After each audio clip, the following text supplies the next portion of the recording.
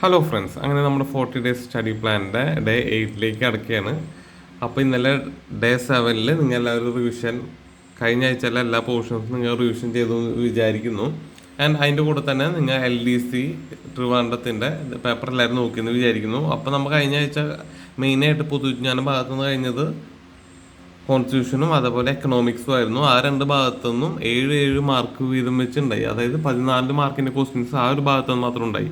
അതിൽ എക്കണോമിക്സ് ഭാഗം എടുത്ത് നോക്കുകയാണെങ്കിൽ നമുക്ക് കാണാൻ പറ്റും ഭയങ്കര ഡീപ്പായിട്ട് ചോദ്യങ്ങളുണ്ടായി. അപ്പം നമ്മൾ ഒന്നുകൂടി മനസ്സിരുത്തി പഠിക്കുകയാണെങ്കിൽ നമുക്ക് ഈ രണ്ട് ഭാഗങ്ങൾ സിമ്പിളായിട്ട് ക്രാക്ക് ചെയ്യാവുന്ന ഭാഗങ്ങളാണ്. ആൻഡ് അപ്പോൾ നമ്മുടെ ഒരു പോർഷനിൽ ഒരു മേജർ ഭാഗമാണ് നമ്മൾ ഈ ഒരു കഴിഞ്ഞ ആഴ്ച കൊണ്ട് തീർത്തത്. ഇനി നമ്മൾ അടുത്ത ഒരു പോർഷനിൽ കിടക്കുകയാണ്. അതായത് പൊതുജ്ഞാന ഭാഗത്ത് നമ്മൾ ഈ ഒരു ആഴ്ച കവർ ചെയ്യാൻ പോകുന്നത് സുപ്രധാന നിയമങ്ങളും അതേപോലെ ബയോളജി പോർഷനുമാണ്.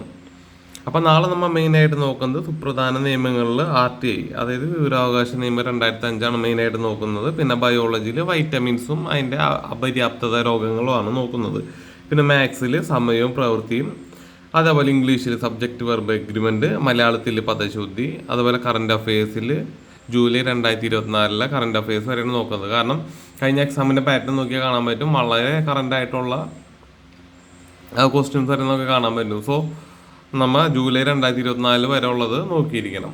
പിന്നെ അത് കൂടാണ്ട് നമ്മൾ ഒരു പാറ്റേൺ നമ്മൾ ശ്രദ്ധിച്ചിട്ടുണ്ടെങ്കിൽ, അല്ലെങ്കിൽ നമ്മുടെ LDC അല്ല, ഇതിന് തൊട്ട് മുമ്പ് പറഞ്ഞ എക്സാമുകളുടെ പാറ്റേൺ നോക്കിയിട്ടുണ്ടെങ്കിൽ ഒരു സെപ്റ്റംബർ മുതൽ ജൂലൈ 2024 വരെ ഉള്ള ഇത് ഒരു മുക്കും മൂലം വിടാണ്ട് പോലും കൃത്യമായിട്ട് നോക്കിയിരിക്കണം. അപ്പോൾ ഇതൊക്കെയാണ് നമ്മുടെ 8ൻ്റെ സ്റ്റഡി പ്ലാൻ എന്ന് പറയുന്നത്.